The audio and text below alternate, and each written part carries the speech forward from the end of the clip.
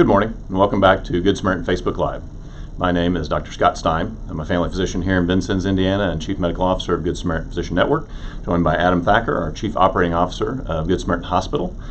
Today we're going to take a few minutes to talk to you a little bit about COVID-19, current status in our community, a little bit of outlook on where we go over the course of the next several months, because I think that's really what everybody is most interested in. And a little bit about what's being done locally as far as testing to protect our patients and protect our local retail businesses and things like that. So we'll lead off basically with numbers today, as we always do. So first thing, 71 total positives that we've had. But really, probably the most important statistic to look at is how many people we have active within the community. And really only 8 people right now that are out there that are recovering, 1 hospitalized patient and 1 rehab patient. And one thing that we've been talking a lot about over the course of the past month or so has been, even though there has been a continuation of numbers of cases, continued positives, we hear the media talking about that we continue to add more cases. Well, of course we do. As every day goes by, there are going to be more people. But I think the important thing to keep in mind is even though we see continued cases, the number of those cases that are requiring hospitalization or ventilation or any sort of more acute services has been almost zero as far as that's concerned. Yeah. So when we talk about the resources and break that down even further on a hospital standpoint, we're looking at ICU and ventilator needs as the high acuity, most resources needed to take care of patients when they're severely ill. And as you mentioned, we don't have anyone on the ICU related to COVID-19 and no ventilator use. So that's a really important statistic that we're looking at on a daily basis to make sure that we have resources to respond. And the good news is, as we have increased testing and seen increased cases, which is to be expected, if you're testing more, you're going to find more cases because the less symptomatic folks and the asymptomatic folks are going to get identified in some cases. So the majority of patients are recovering at home, quarantine. Dr. Stewart and the health department group follow them and make sure that they have everything that they need and are going through that contact tracing process to identify, where the initial transmission of COVID may have came from and to help minimize risk of that as it moves forward. And we've really seen that work exceptionally well. Throughout this, since early March, we have not seen cases, just widespread transmission that we weren't able to track, what was going on and really get out in front of it. And we talked a little bit about community-based transmission, community spread, those types of things. And Dr. Stewart and the health department have been doing an excellent job of tracking these patients, being in contact with them, because what we hope to see and what we're starting to see is those patients have not really spread out throughout the community as far as that transmission is concerned and have been very well contained.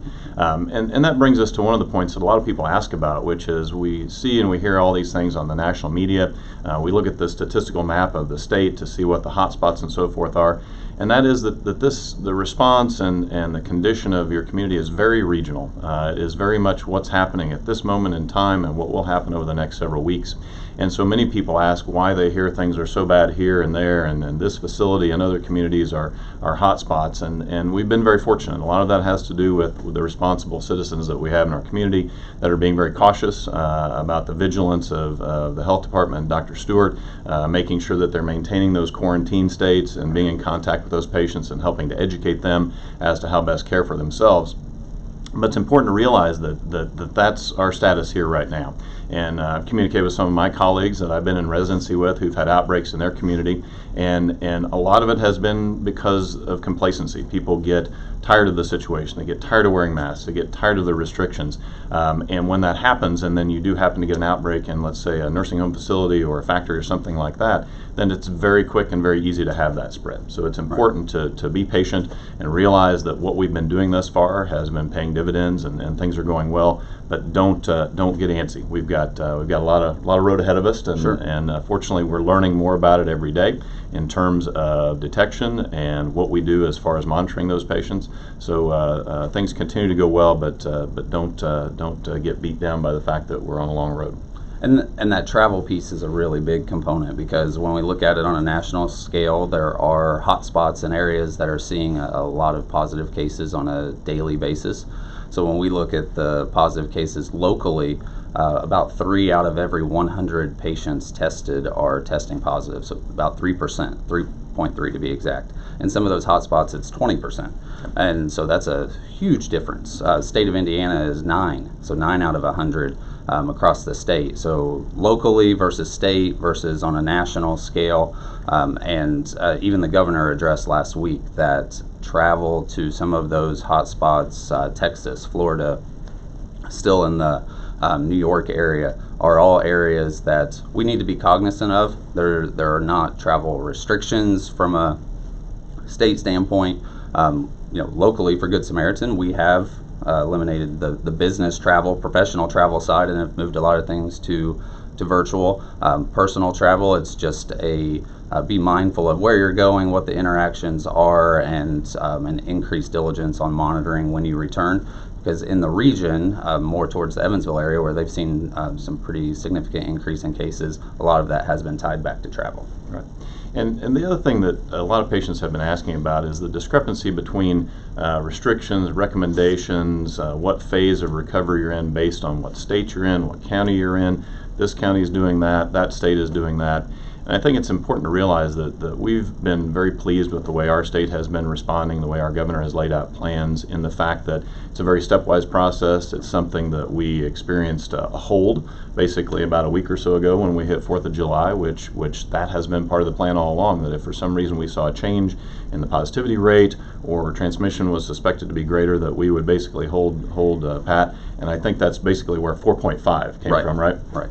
So that's where we hit the pause button, and the quote that I took from the governor on that is that the data will guide us, not the date. So it wasn't a hard date of July 3rd to move into that weekend. That was a goal, and now it's July 18th. So again, as we approach the end of this week and get to that date, the data will guide, okay, are we moving towards that stage 5, or will it continue in a pause type of scenario where we continue to evaluate as we move forward. And then certainly the next big date, which will also have data around it, is early August, when we look at the schools going back in session and what that looks like with having the interaction at the school level. And a lot of parents that have been concerned have asked me, how can we send our kids back into this environment? And I think it's very important for us to keep in mind that as we look globally and nationally and in a state standpoint, the impact that this has on our children is generally much less than what it is on the adult population and also on the geriatric population.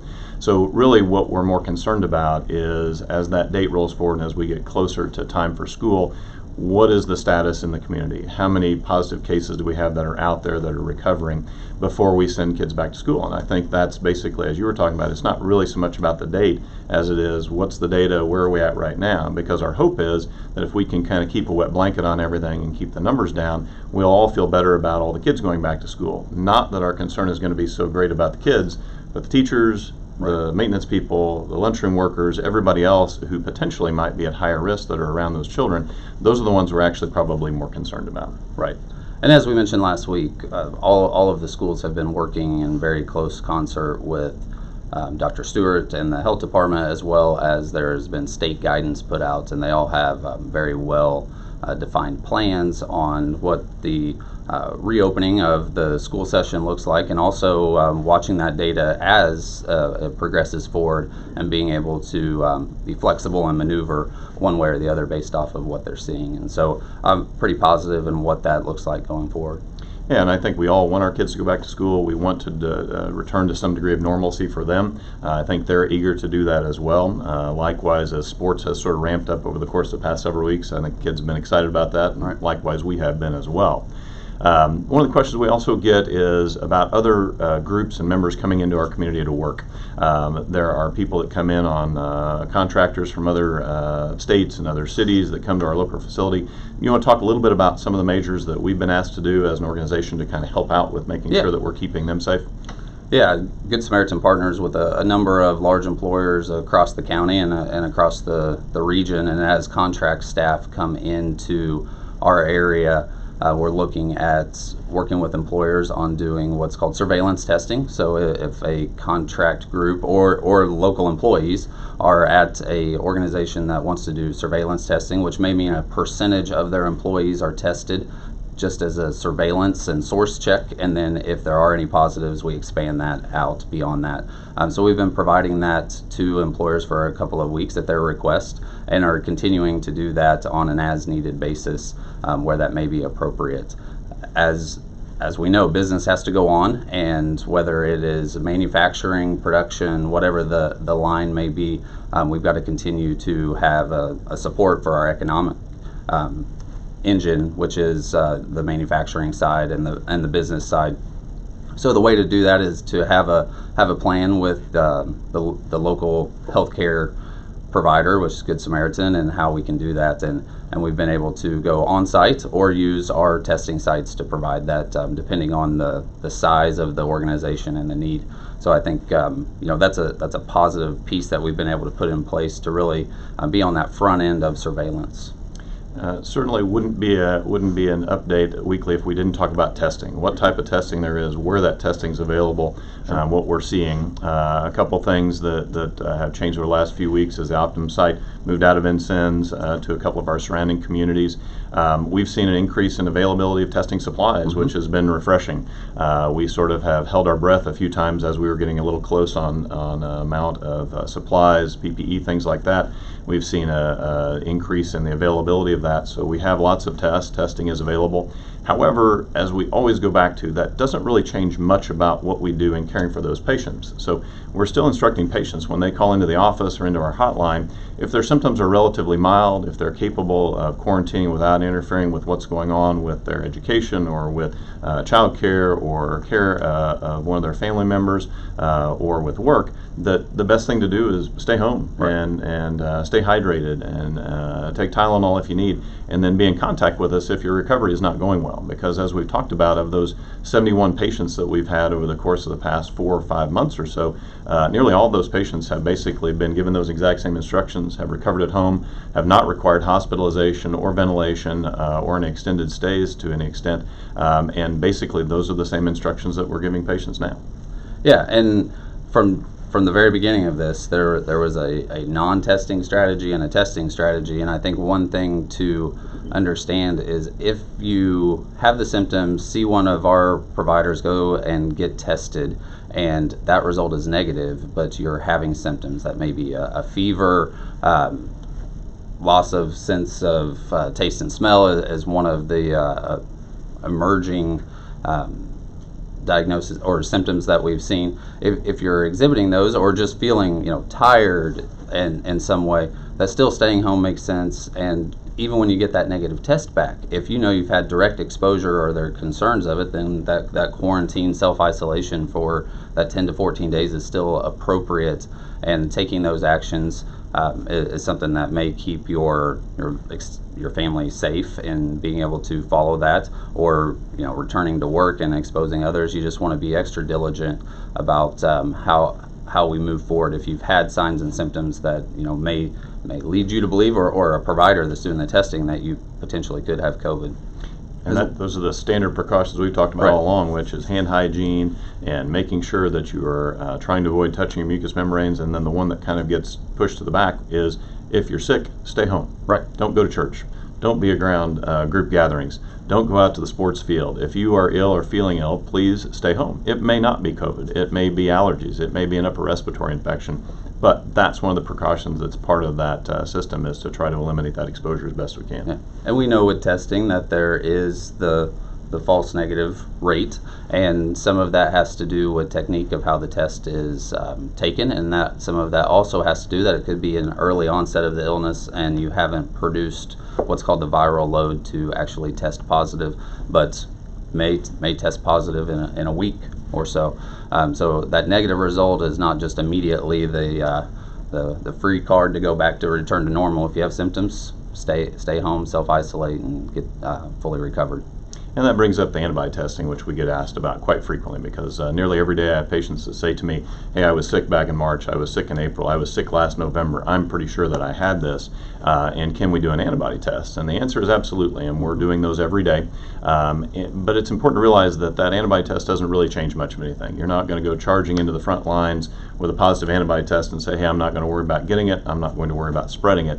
It basically just helps confirm if you thought that you had symptoms symptoms at some point in time, that whether or not your body has formed those antibodies. And so that testing is available. That's something that we do and have seen nearly nobody that has been positive. In my practice, I've had one person over the course of the past 5 months that at some point in time was exposed and had a positive test. But every one of the other tests that was performed on somebody that was sure that they had it has been negative. Right. So, and a lot of that speaks to the fact that we go back to the number of actual cases that we've had in our community has been very low from the very beginning. And so although the rest of the world is exploding and we see incredible numbers around the globe and around our country, in our local area, the number of those cases has been very limited. Yeah, even if we looked at the number of cases being double and taking into account that there's people that haven't been tested, have just recovered and are fully recovered and fine and back in the community, even if it were double, our positive rate and the prevalence in our community would be less than the state. Right, absolutely. Mallory, you have any particular questions for us that have come in online? We have a few this morning. The first one is, I became a grandma over the weekend. What are the precautions I should take with the newborn? How many visitors should be able to visit the baby, or should they just stay at home and quarantine themselves? And how soon should you take them out in the public? Sure. These are all great questions. So first of all, let's go with what general recommendations are. And is if you're a grandmother, you should get a tetanus, diphtheria, and pertussis vaccine. That's something that we actually can have an impact on. And in being around a newborn child, we want everybody to be vaccinated for that. The second thing is how soon should you see the baby? Should they limit the number of people that are around? Fortunately, babies get a lot of their immunity from mom. Initially, as it comes from mom before delivery, and then if they're breastfeeding after delivery. So we encourage moms to breastfeed. We also encourage a limitation of anybody visiting the baby who happens to be sick. And that's not just sick with COVID symptoms, but with anything. We want to try to limit that contact as best we can. And no different than anything else, we want to limit how much contact as far as touching your face, touching the baby's face, or mucosal membranes. One thing that my wife and I learned very early on in who's going to reach in and grab your baby and pick up your baby is if you have your baby in your arms, somebody is not likely going to come take the baby from you and put it in their arms. However, if you have your baby sitting in a car seat or sitting in a bassinet or something like that, they're going to go and scoop them up and take them for themselves. So one of the first and easiest precautions is just, mom is the caregiver for the baby, dad is the caregiver for the baby. They've already been exposed to any sort of things that the parents have. And really what all the family members should be doing is try to support that family. So go in, help clean the house, help do the dishes, help do the laundry, provide meals. The best thing that you can do for that newborn family is basically help take care of them while they're taking care of their baby. When should you take them out? Well, that basically just depends upon what the exposure is going to be. Many families are eager to get back out to family gatherings and get to church and go out, and those things are okay. It's just important to realize that what we want to try to do is, again, limit that exposure and social distance. And no different than when Adam and I talk a little bit about wearing masks and not wearing masks. If you can maintain that social distancing, it's not nearly as important to wear the mask as if you can't maintain that social distancing. So for them, congratulations on your newborn, and congratulations on being a grandmother, and just do everything you can to support that family, and you're going to get to that baby soon enough. Yeah, and just to comment on the visitor component while at Good Samaritan, so certainly all of the very important to have in place as part of that transition to home. But at Good Samaritan, one visitor allowed in our inpatient areas, which includes OB. At one point, you may recall, it was a designated visitor for the day. Now it's one visitor, so dad, grandma can swap out, and then as long as nobody's feeling ill in any way, can have symptoms, and that is all to reduce just traffic in the organization, which is the recommendation at a CDC level that we continue to do that. We are evaluating that further and continuing to look at where we may be able to relax that to visitors. We actually work with a community-wide patient safety coalition that covers the southern Indiana region, and where all of the hospitals are following that together to look at what the best recommendations are for safety of our patients, safety of our employees, but allowing that visitation so that family can be part of the care that's being delivered to their loved ones, whether that's exciting birth of new grandbaby or whether that is somebody having a procedure on a medical floor. Next one, I have a family member that was tested on July 7th and she has still not received her results. Why are some COVID tests taking several days for results when other locations have results within a day or two? Sure. So the 4th of July holiday had an impact on some of our test results. So just to go through a little bit of the detail, when we take the sample, the COVID sample, that sample is sent to what's called our reference lab, and we're returning results in 48 to 72 hours on average since April.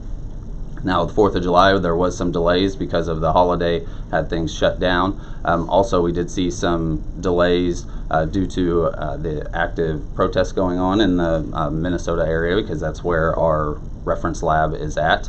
And we worked through that, and I'm told that we're caught back up as of now. So all of those results should be coming in. I believe the report this morning was there were 100 pending tests to come in, and we're taking about 30 a day. So if you look at that 100, that backlog's really been worked through, and this week we should be back to seeing those results in 2 to 3 days.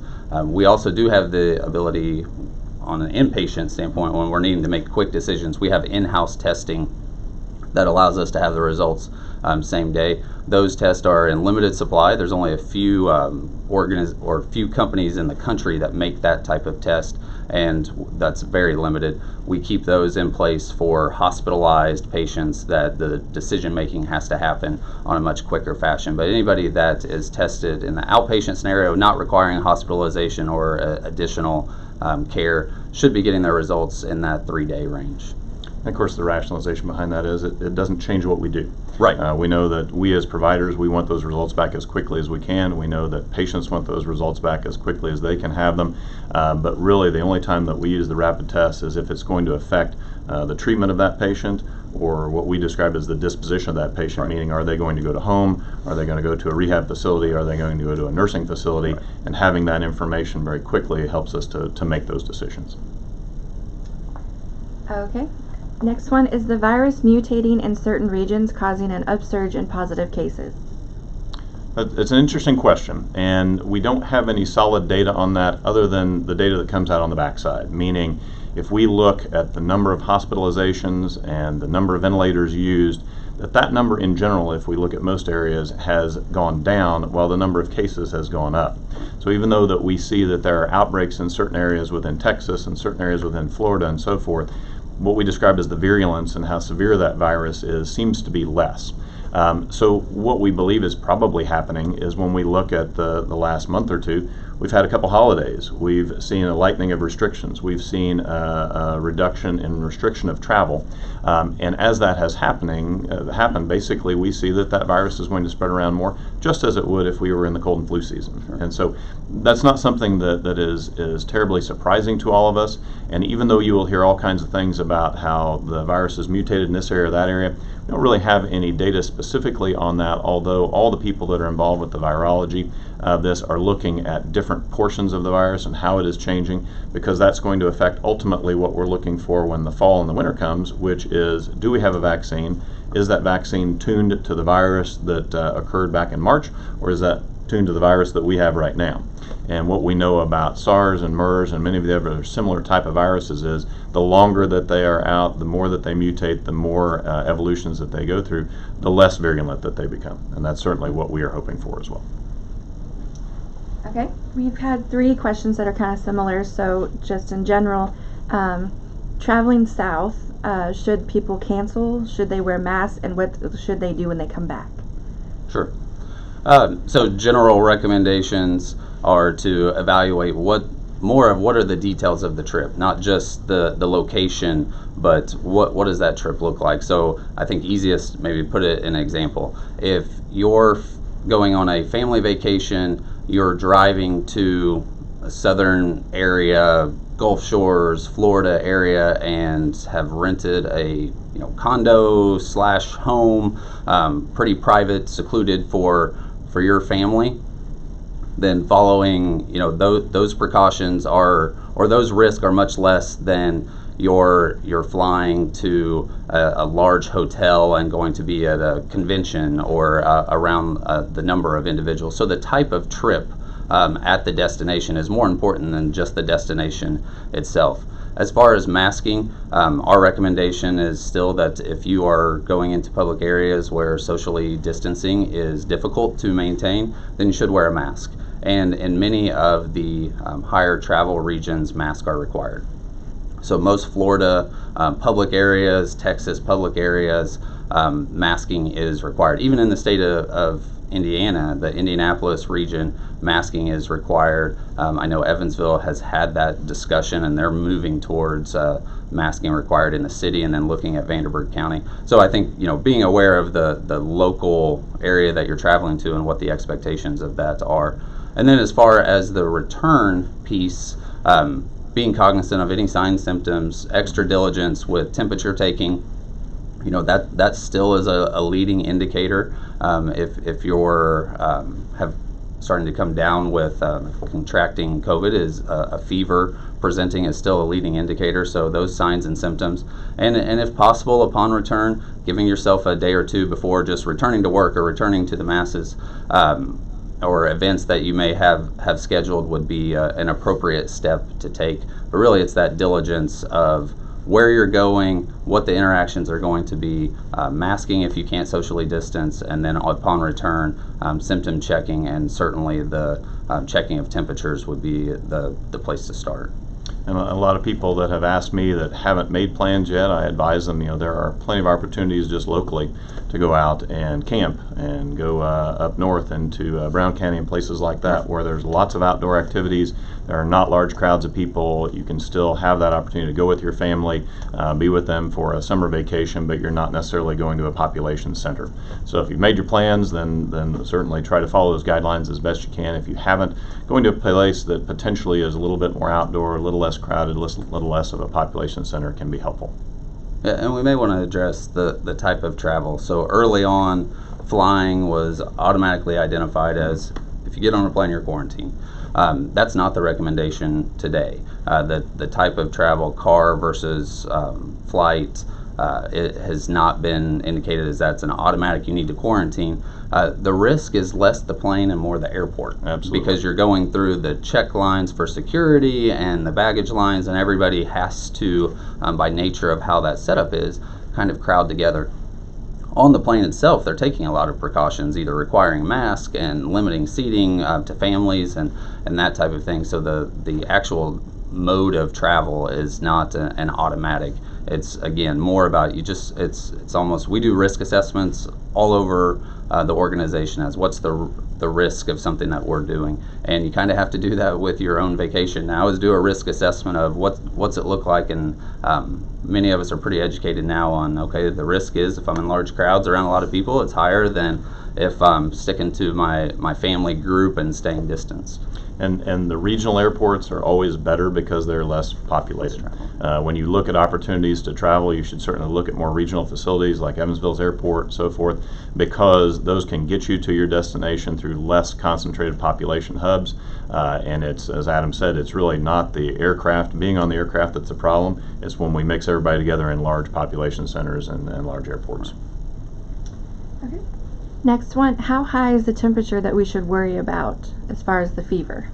Sure, and it's not necessarily so much about how high the fever is, but if you develop a fever, and we consider anything above 101.5 to be a significant fever as far as that's concerned, but if you feel bad, as Adam noted, most people who contract this illness that have symptoms are going to have fever. They're going to have upper respiratory symptoms like congestion, sneezing, but they also may feel bad all over, like if they're getting the flu, meaning muscle aches and fatigue and tiredness and potentially cough, congestion, and shortness of breath. So really, it's a compilation of all of those symptoms, and that's why we encourage patients to call our call line for COVID, or to call your primary care provider and get that evaluated, because it may be something as common and simple as allergies. It's been a terrible year for most people who have seasonal allergies, but generally you won't have fever with that, and so it's important for us to help you sort those symptoms out, and we're happy to do that.